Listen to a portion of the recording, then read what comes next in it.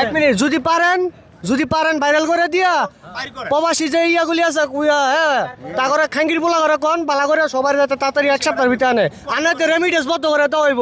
প্রবাসীরা যদি সেটি রেমিডেন্স বন্ধ করে দেওয়া হইব, পারলে ভাইরাল করে দেন।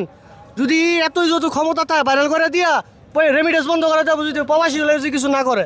300 লোক আছে, বুঝতে পারে 300 জনের মধ্যে আমি সবার থেকে জিজ্ঞেস করছি প্রায় 100 লোকের একামা ঠিক আছে। এদের দোষ কি? মনে করেন যে আমাদের 300 লোকের ভিতরে 100 লোকের একামা ঠিক আছে। মনে করেন যে 200 লোকের এক্সপায়ার ব্লক হুরুপ ঠিক আছে, ওদেরকে ধরছে মানা যায়, কিন্তু 100 লোক যাদের একামা মজুত আছে ওদেরকে কেন ধরছে?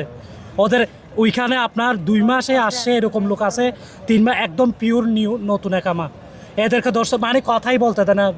মোবাইল সিআইডি মানে ওরা ধরলেই সামনে যাকে পায় ওকে ধরে ফেলে, যাকে পায় তাকে ধরে, ওকে ধরে ফেলে, ভিক্ষার মামলা দিয়ে পাঠায় দেয়, হ্যাঁ জেলে মানে নিয়ে যায়। মনে করেন ওর কোনো দোষ নাই, ওর একামা ঠিক আছে, সব কিছু আছে, কোনো কিছু ওর কোনো অপরাধ খুঁজতে না পারলে ভিক্ষার মামলা দিয়ে পাঠাই দেয়।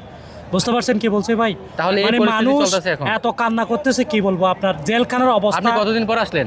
আমি প্রায় আপনার আজকে 28 দিন বা 30 দিন হয়েছে। আজকে যারা সবাই আসছে 28 দিন 29 দিন এরকম 30 সবাই। দিন 30 দিনের লোক আছে, 28 দিনের লোক আছে, 29 দিনের লোক আছে।